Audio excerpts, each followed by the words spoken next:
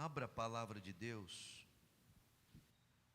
em João capítulo 10. Nós estamos expondo aqui no Culto da Esperança uma série cujo tema é Jesus, o bom pastor. E hoje nós ministraremos a segunda palavra aqui em João capítulo 10, a partir do versículo 11. João 10, a partir do versículo 11.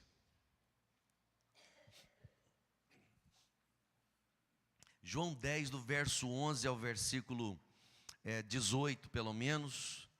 Nós sabemos que o que conta aqui, acima de qualquer coisa, é a ação do Espírito Santo, que abre o nosso coração e aplica a palavra de Deus às nossas vidas, porque o estudo, o conhecimento humano não são suficientes para transformar as vidas, para edificar as pessoas.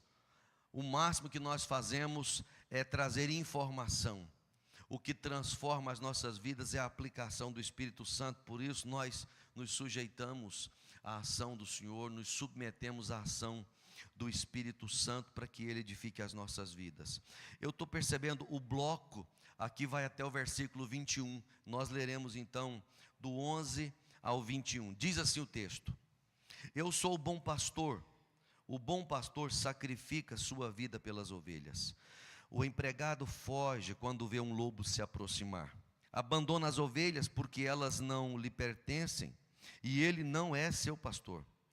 Então o lobo as ataca e dispersa o rebanho. O empregado foge porque trabalha apenas por dinheiro e não se importa de fato com as ovelhas. Eu sou o bom pastor, conheço minhas ovelhas e elas me conhecem. Assim como meu Pai me conhece, eu conheço. E eu sacrifico minha vida pelas ovelhas. Tenho outras ovelhas que não estão neste curral. Devo trazê-las também. Elas ouvirão minha voz e haverá um só rebanho e um só pastor. O Pai me ama, pois sacrifico minha vida para tomá-la de volta. Ninguém a tira de mim, mas eu mesmo a dou. Tenho autoridade para entregá-la e também para tomá-la de volta, pois foi isso que meu Pai ordenou. Quando Jesus disse essas coisas, as opiniões dos judeus a respeito dele se dividiram outra vez. Alguns disseram: ele está possuído por demônio e está louco, porque ouvi-lo. Outros diziam: ele não fala como alguém que está possuído por demônio. Pode um demônio abrir os olhos dos cegos? Então, eu quero falar aqui com poucas palavras, eu espero, sobre Jesus, o bom pastor. Nós já dissemos algumas coisas sobre o Evangelho de João, não é? Especificamente aqui no capítulo 10, uma parte dele, né, os primeiros 10 versículos. E o que está acontecendo aqui, o que levou Jesus a escrever, a falar essas palavras do capítulo 10, é uma discussão que ele estava tendo com os fariseus, com os escribas, com os religiosos, em razão da cura de um homem cego, registrada no capítulo de número 9. O texto nos ensina que Jesus está em Jerusalém, e ali em Jerusalém tinha um homem cego de nascença. E o Senhor Jesus vai até esse homem, chama esse homem, cura esse homem. O homem, pelo que tudo indica no texto e no contexto, era conhecido daquela comunidade toda. E as pessoas então testemunharam essa cura da cegueira, de maneira que não havia dúvida de que o homem era cego e agora estava vendo. E para piorar a situação, para criar um alvoroço maior, o Senhor Jesus fez essa cura num dia de sábado. Nós sabemos que os fariseus, os mestres, os rabinos, depois ali do cativeiro, eles criaram, cativeiro assírio, eles criaram várias outras leis, preocupados a princípio em manter o povo, né, em santidade, porque o povo já tinha passado por uma provação enorme, com cativeiro, com disciplina. Então quando ele sai, os rabinos, a partir de Esdras ali, começa a elaborar leis para que o povo não caia de novo em pecado. Então, criaram muitas leis. E de tal maneira que aquilo que parecia ser bom, quando chega na época de Jesus, foi completamente deturpado. A comunidade passou a ser uma comunidade legalista, de tal forma que no sábado eles criaram regras, por exemplo, quantos passos mais ou menos você podia dar no sábado, porque a partir da quantidade de passos você podia ser considerado como trabalho. Peso, a quantidade de peso que você podia pegar no sábado, passando disso seria trabalho. Então, e aí vem o Senhor Jesus e cura o homem no sábado. Foi uma discussão violenta, porque na cabeça deles, aquele que cura no sábado não pode ser Deus, porque está violando as leis. E aí então eles chegam para aquele homem cego e dizem: quem foi que te curou? Ele vai dizer: eu não sei quem me curou. Eu só sei que eu era cego, e agora eu estou enxergando, e agora eu vejo. E aí então, o Senhor Jesus escreve esse capítulo 10, falando sobre esse bom pastor, contrapondo o tipo de pastoreio dos religiosos da época, dos fariseus, dos escribas e dos sacerdotes da época, mostrando que eles não eram bons pastores, que eles não cuidavam de fato do rebanho. A Palestina era bem rural, não é? Então falar de curral, falar de pasto, falar de ovelha, falar de pastor, era algo muito claro para eles, era algo muito comum para eles. Teologicamente falando, Jesus está na verdade fazendo uma alusão a Ezequiel capítulo 34, porque a nação de Israel, à beira de entrar no cativeiro, em Ezequiel 34, estava sendo mal pastoreada pelos pastores da época, pelos líderes religiosos da época. Então veio o profeta numa mensagem escatológica, profética, sobretudo a partir do versículo 8 de Ezequiel 34, dizendo que Deus levantaria um pastor da casa de Davi, que pastorearia de fato o coração do povo. E você vai pegar o versículo 8, 9, 10, 11 e segue neles, de maneira que nós vamos entender no texto que o Senhor Jesus viria e Ele mesmo seria o pastor da igreja de Israel e de todos nós, é claro. Então, com isso em mente, nós olhamos para esses versículos que nós acabamos de ler, dos versos 11 até o 21, para falar de alguns ministérios de Jesus como o bom pastor, como o supremo pastor, de maneira que a igreja do Senhor Jesus pode descansar, se alegrar e se sentir fortalecida e pastoreada por esse supremo pastor. E um dos ministérios, Jesus vai dizer dos versos 11 a 13, que ele, o bom pastor, dá a vida pelas ovelhas. Dá a vida pelas ovelhas, é isso que ele vai dizer, olha o verso 11 em diante. Eu sou o bom pastor sacrifica a sua vida pelas ovelhas. O empregado foge quando vê um lobo se aproximar, abandona as ovelhas porque elas não lhe pertencem e não é seu pastor. Então o lobo as ataca e dispersa o rebanho. 13, o empregado foge porque trabalha apenas por dinheiro e não se importa de fato com as ovelhas. Irmãos, nós olhamos para o Antigo Oriente, ou para o Oriente, na época de Jesus e antes inclusive, a gente se lembra, pela palavra de Deus, do sistema sacrificial, quando as ovelhas morriam pelo pastor. Muitas ovelhas morriam pelo pastor. Sistema sacrificial, né? Você tinha que matar a ovelha para que Deus aceitasse o pecador. E os pastores entravam nesse pastor das ovelhas. Mas aqui o Senhor Jesus vai dizer que Ele dá a vida pelas ovelhas. E Ele mostra isso em 5 ocasiões diferentes ao longo desse sermão do bom pastor chamado aqui.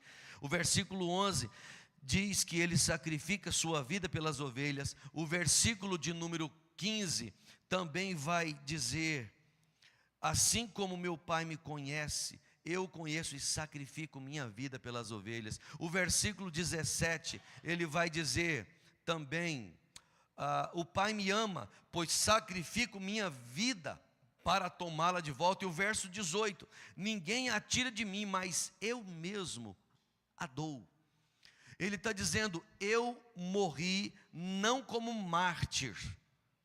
Não teve um homem que me matou, que veio atrás de mim, me prendeu e me matou. Eu não fui executado por homens. Jesus, quando você olha para a questão de sacrifício, ele está falando de morte vicária.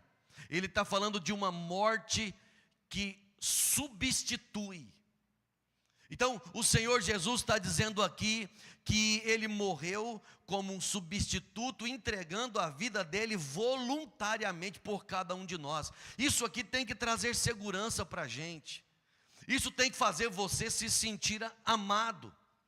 O fato de Jesus se sacrificar por você. Claro, não pode ser separado isso do restante dos textos bíblicos sobre a cruz, né? Porque Jesus morreu pela nação de Israel.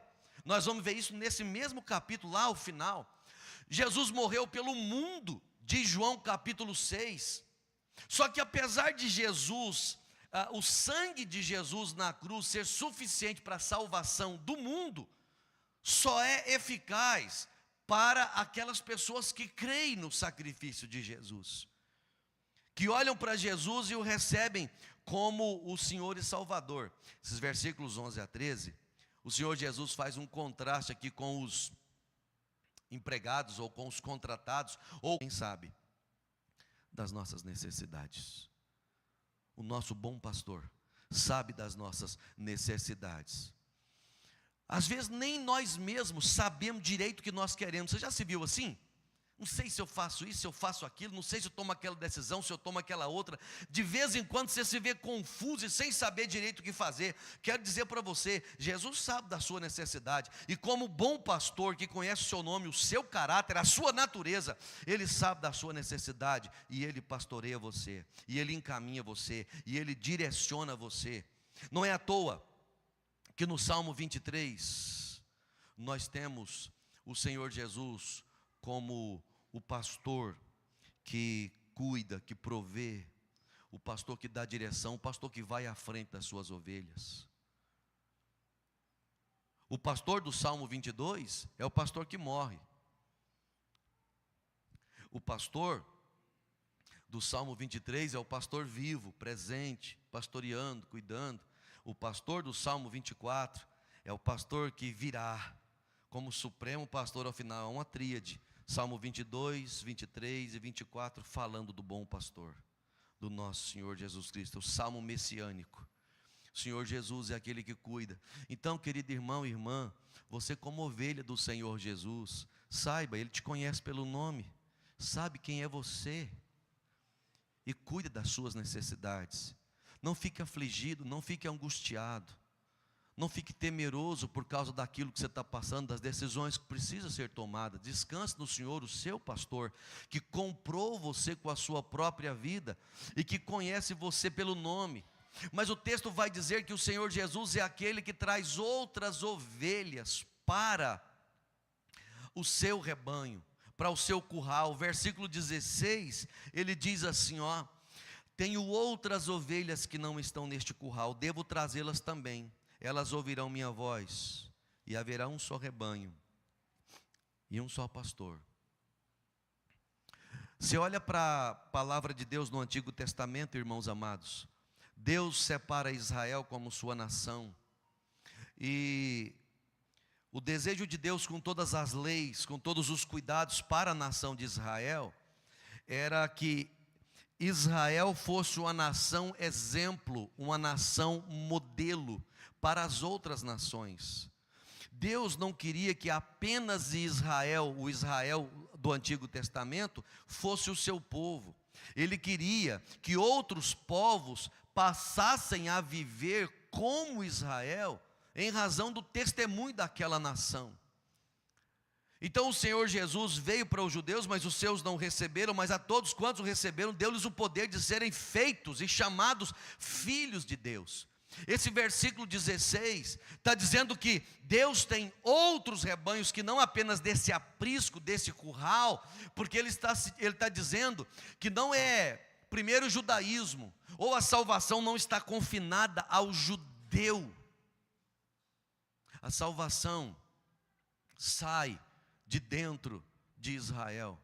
Pedro foi chamado ali no capítulo 10, 11 de Atos, não é, para pregar para os gentios. Você pega o capítulo 13 de Atos para frente, você vai ver o apóstolo Paulo ministrando para os gentios até o final do Império Romano, para mostrar para nós que a igreja precisa ser esse instrumento para que outras ovelhas do Senhor Jesus venham para esse curral. Escute uma coisa, irmãos, muito sério que eu quero dizer para vocês. O texto diz que Jesus tem outras ovelhas que não apenas desse curral. Esse curral é Israel, são os judeus. Ele tem outros. Essas pessoas, diz ele no verso 16, elas ouvirão no futuro a minha voz e haverá um só rebanho. Elas ouvirão a minha voz. A voz de Jesus é a sua palavra hoje. A voz de Jesus é o seu evangelho. A igreja hoje precisa entender o seu chamado missional. A igreja, eu tenho insistido nisso, né? A igreja tem que pregar o evangelho, pregar Jesus, a sua encarnação, a sua morte, a sua ressurreição, a sua segunda vinda. Tem que falar que Ele ama e que morreu pelos pecadores, porque há muitas ovelhas, talvez trombando, cruzando com você lá no seu trabalho, lá no seu esporte, na sua faculdade, ao lado da sua casa, que são ovelhas do Senhor, e que só virão para o curral quando ouvirem a voz do pastor, e Jesus não está aqui de carne e osso para ir lá falar com elas. Preste atenção, irmãos, no Antigo Testamento, as pessoas creram em Jesus pela fé, não foi por mérito. A lei dada por Moisés nunca foi para que as pessoas obedecessem para a salvação. A lei no Antigo Testamento só mostrava os pecados, a impotência do homem em obedecer, em conquistar a salvação. Você olhava para a lei e você se via como miserável, e em razão disso, um animal tinha que derramar o sangue para que você fosse perdoado. O animal apontava para o Senhor Jesus Cristo, de tal modo que no Antigo Testamento salvação era pela graça mediante a fé, olhando no futuro para o Salvador que viria. Hoje nós também não vemos Jesus, hoje nós também somos salvos pela fé, mas não olhando para frente, olhando para trás, no Cordeiro que morreu há mais de 2000 anos atrás. Toda a salvação está posta na pessoa de Jesus, porque um dia nós também ouvimos a voz de Jesus. É isso que ele está dizendo. A igreja precisa pregar o evangelho, porque existe só um rebanho. A mensagem missionária do evangelho, aqui em João, é: porque Deus amou o mundo. Essa é a mensagem evangélica, porque Deus amou o mundo. Nós precisamos, irmãos, pregar o evangelho, pregar o evangelho. Pregar o evangelho é pregar Jesus. Pregar o evangelho é pregar Jesus. Por último, eu termino porque o tempo esgota. Jesus, diz o texto, ele retoma a sua vida. Os versos 17 a 21 dizem assim: o Pai me ama, pois sacrifico minha vida para tomá-la de volta. Verso 18: ninguém a tira de mim, mas eu mesmo a dou. Tenho autoridade para entregá-la e também para tomá-la de volta, pois foi isso que meu Pai ordenou. Quando Jesus disse essas coisas, as opiniões dos judeus a respeito dele se dividiram outra vez. Alguns diziam: ele está possuído por demônio, e outros, e está louco, por que ouvi-lo? Outros diziam: ele não fala como alguém que está possuído por demônio. Pode um demônio abrir os olhos dos cegos? Com essa pergunta você está vendo que eles estão discutindo a cura lá do capítulo 9. A cura lá do capítulo 9. E Jesus está dizendo: eu dei a minha vida. A morte de Jesus foi voluntária, seguida de ressurreição. 3 dias depois, o Senhor Jesus Cristo ressuscita. Do ponto de vista humano, tudo aqui indicava que Jesus tinha sido executado. Mas do ponto de vista divino, Jesus tinha entregado a sua vida de maneira espontânea. Ele se entregou por nós. Quando Jesus, em João 19, verso 30, diz na cruz: está consumado, ele abaixa a sua cabeça, ele entrega o Espírito. Aí vem 3 dias depois, por causa da sua vontade também, ele retoma a vida, ressurgindo de entre os mortos. O Pai, diz o texto bíblico, deu autoridade para ele retomar a sua vida. É isso que o texto está dizendo. Ele ressuscitou porque o Pai deu para ele essa autoridade. E aí no versículo 20, nós temos uma reação parecida muitas vezes com a reação que nós temos por aí afora. Alguns vão dizer lá, ó, esse negócio de falar de Jesus aí é loucura, né? Aqui no texto eles vão falar no verso 20 que Jesus estava possuído por demônio. Por que ouvi-lo? Então tem um monte de gente hoje que você vai falar de Jesus, do amor de Jesus, da obra de Jesus, numa sociedade líquida, né? Num momento em que a verdade absoluta não existe mais, viu, irmãos? A verdade absoluta praticamente não existe mais. Ela ficou obsoleta, ficou fora de moda.